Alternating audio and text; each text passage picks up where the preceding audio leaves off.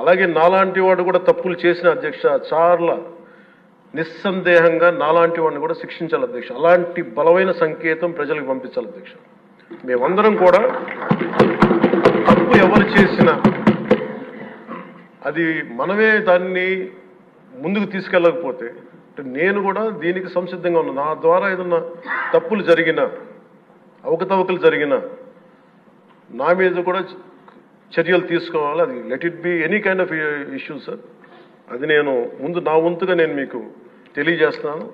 కూటమి ప్రభుత్వానికి ఇబ్బంది కలిగితే నేను వారిని వదులుకోవడానికి సిద్ధంగా ఉన్నానని చెప్పి చాలా స్పష్టంగా తెలియజేశాను అధ్యక్ష. అది మీరు ఇసుక విధానాల్లో కానీ మైనింగ్ విధానాల్లో కానీ ఏ రకంగానా సరే గత ప్రభుత్వం చేసింది కదా మేము కూడా చేస్తామని ఎవరన్నా నాకు జనసేన పార్టీ తరఫు నుంచి ఎవరన్నా సరే ఉంటే వారిని నియంత్రించే బాధ్యత, వారిని సరిచేసే బాధ్యత మేము తీసుకుంటాం.